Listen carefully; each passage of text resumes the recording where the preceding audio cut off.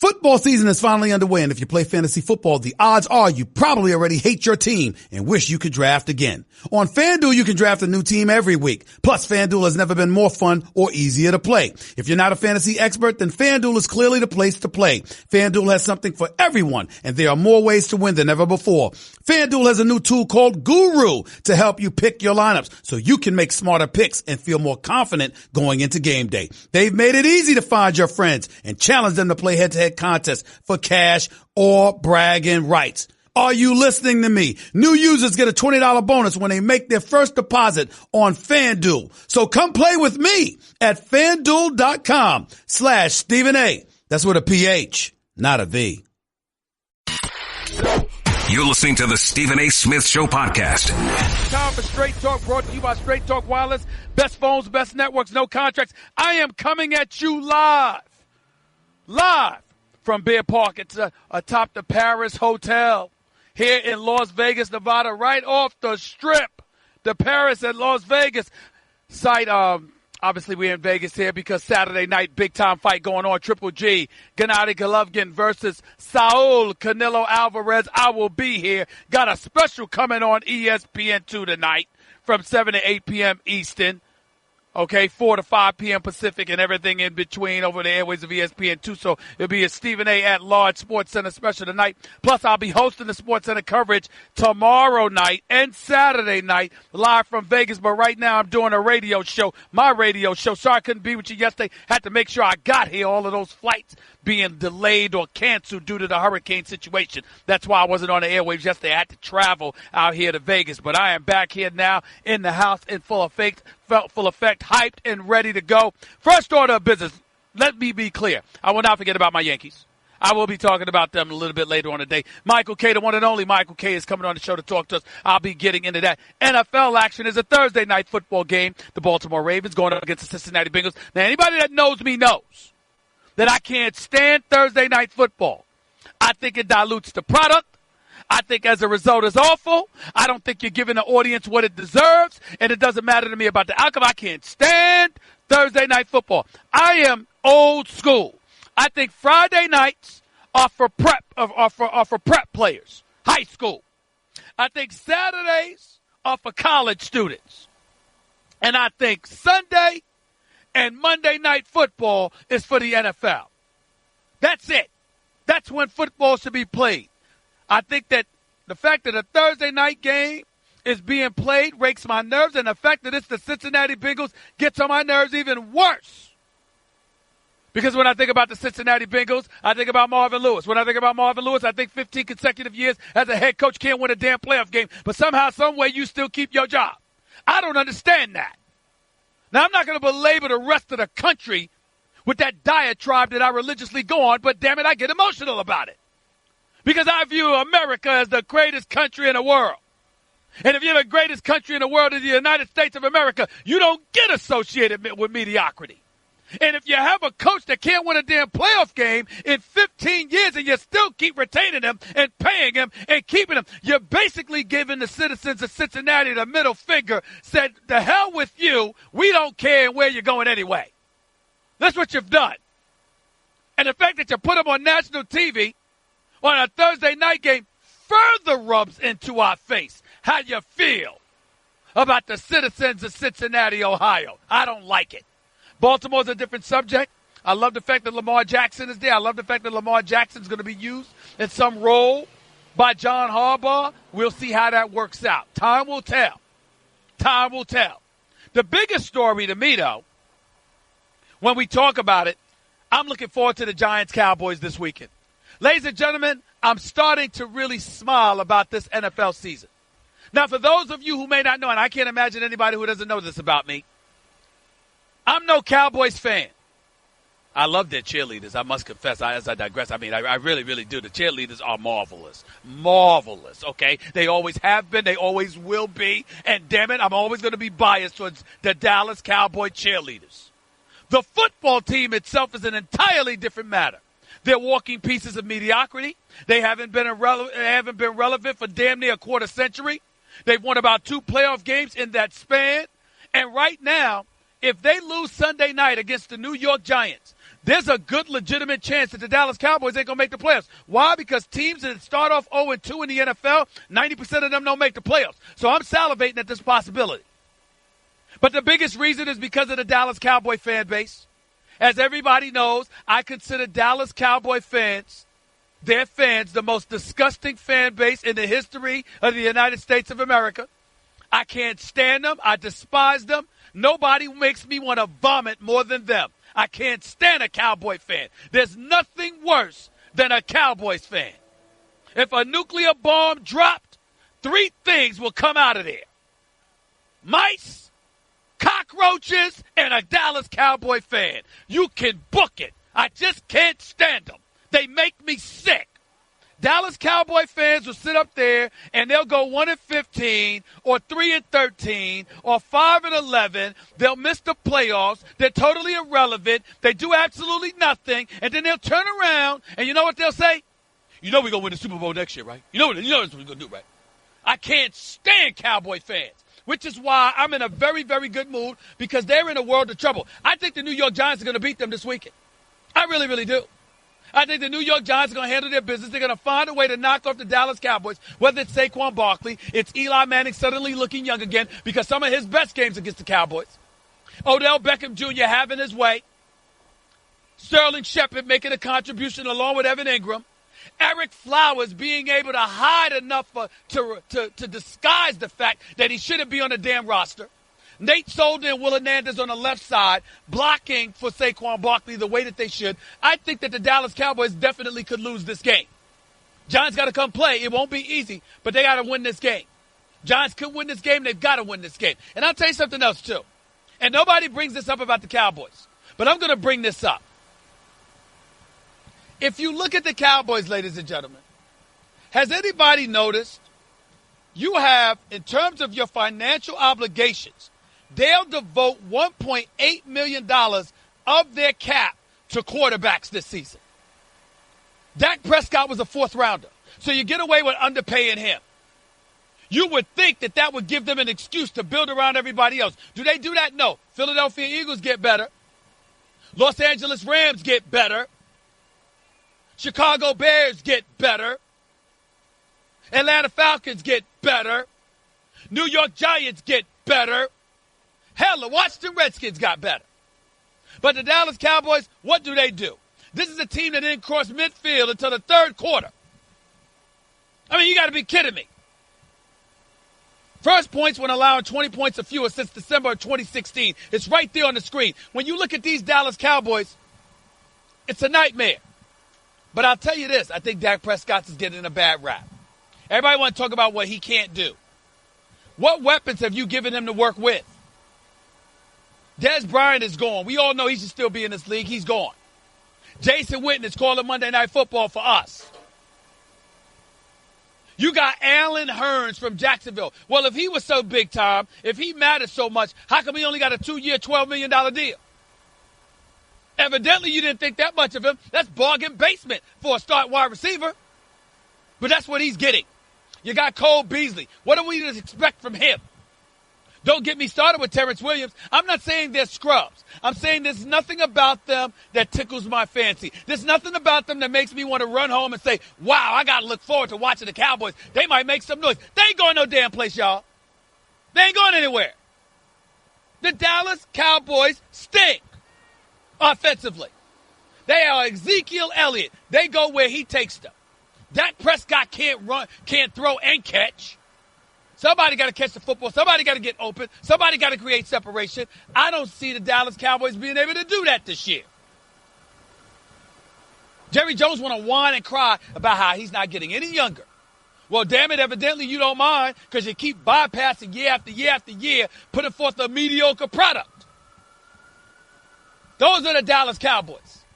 And I promise you, you can go from a 5-star hotel and a 5-star restaurant to a White Castle on the Strip, and you will run into a sickening, disgusting Dallas Cowboys fan acting like they did something. You can book it.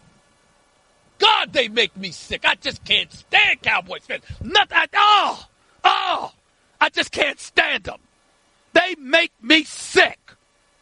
And I can't wait till the Giants handle their business against them this weekend. 888-SAY-ESPN is the number to call up. This 888-729-3776. Now, the Giants got to do some things right. I was pleased with what I saw from their secondary. I really was. I was pleased with Eli Apple's performance this past weekend against Jacksonville. I was pleased with Janoris Jenkins. I was pleased with Landon Collins and these boys.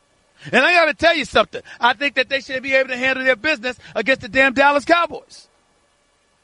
But let's not act like we're sure that the Giants' defense is something to write home about just yet. Jacksonville Jaguars didn't have Leonard Fournette for the second half of the game. And Blake Bortles is your quarterback. So the fact that you were able to neutralize them to some degree, let's not go home and bake cookies and act like there's a cause for celebration here. We don't know this. We just don't know. We shall see. We really, really should. There's something else I wanted to say. And I hate to be this way because, you know what? Contrary to what people might think, I'm a very happy guy. I'm a very nice guy. I mean, I don't want y'all to tell anybody because you got to understand something. Even though I work for Walt Disney, airwaves and stuff like that, I'm not beyond cussing somebody out. It's the absolute truth. Now, I won't do that over FCC airwaves.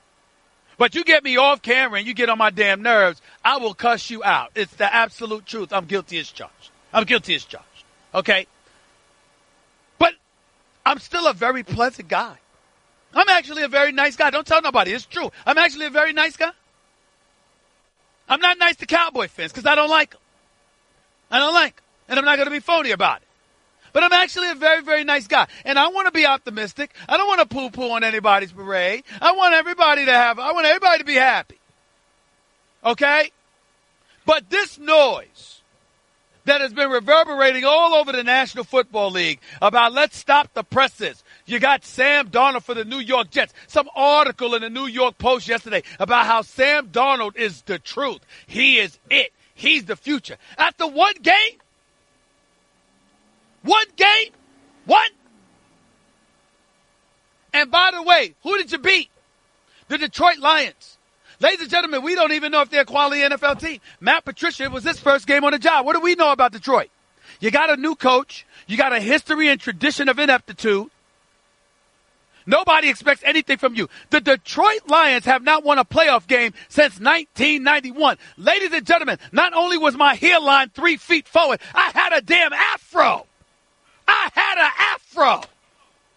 The last time that the Detroit Lions won a damn playoff game. I had an afro.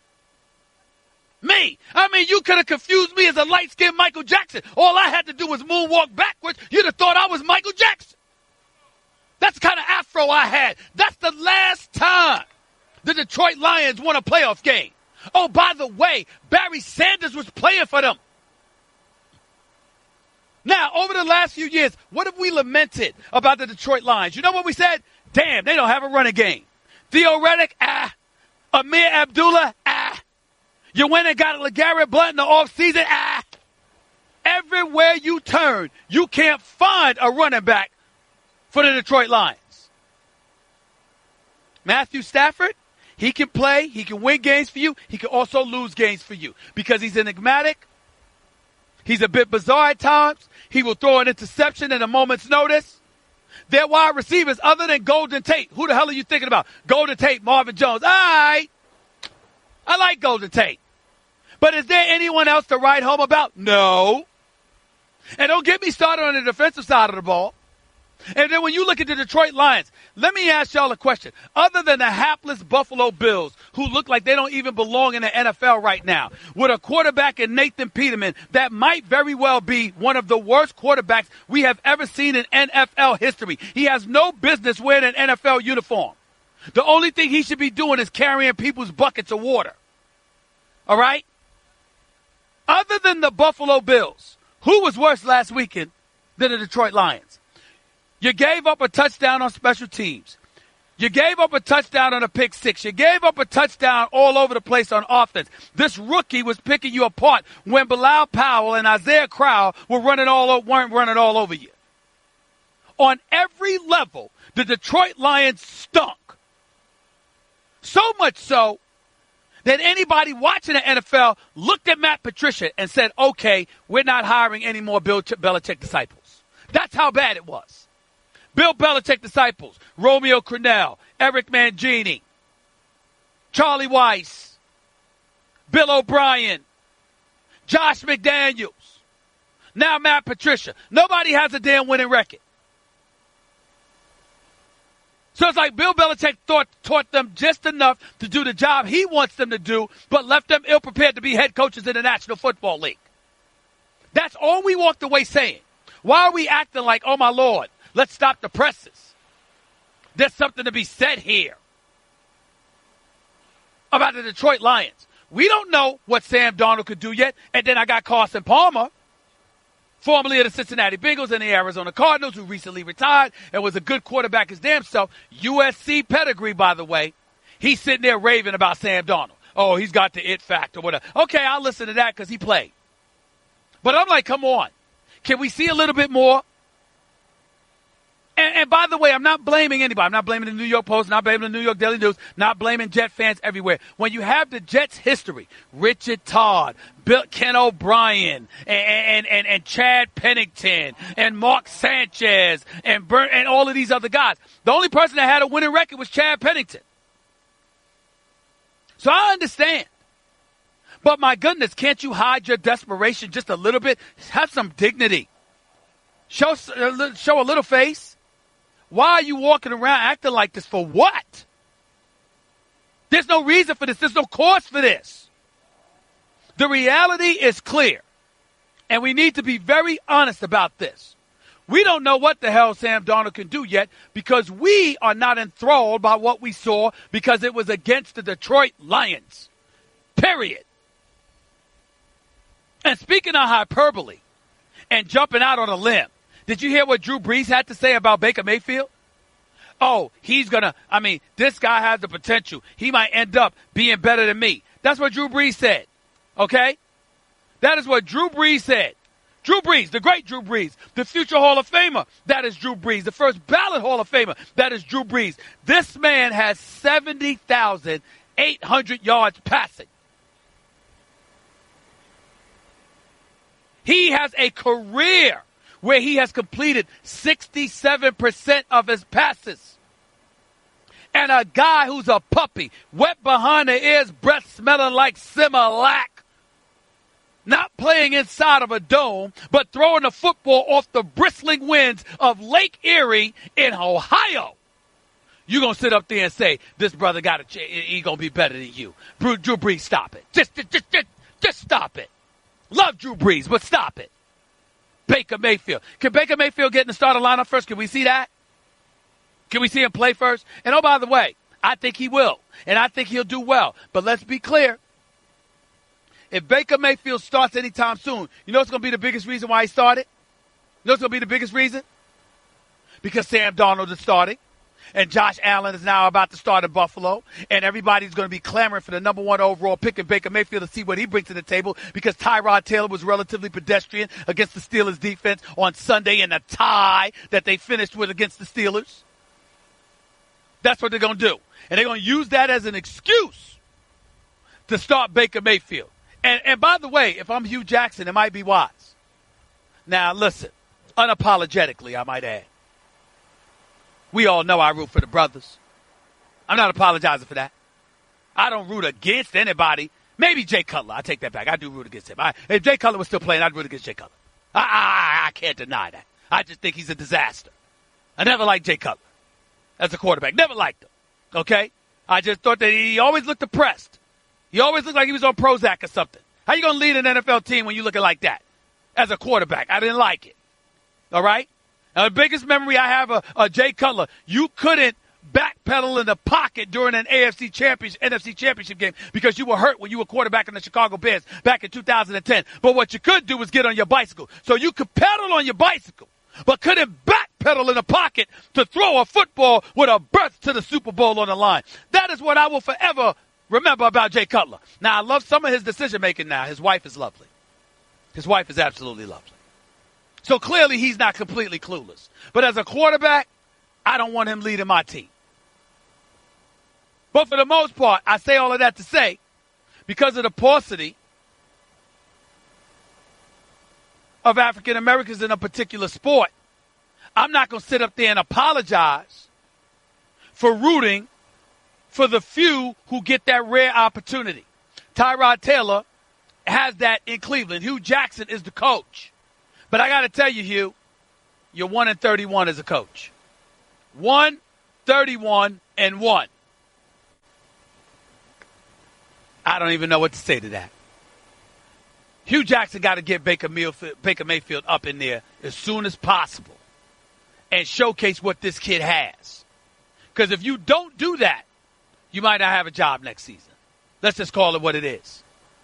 888-SAY-ESPN. That's 888-729-3776. That was Straight Talk Wireless, nationwide coverage on America's largest and most dependable 4G LTE networks.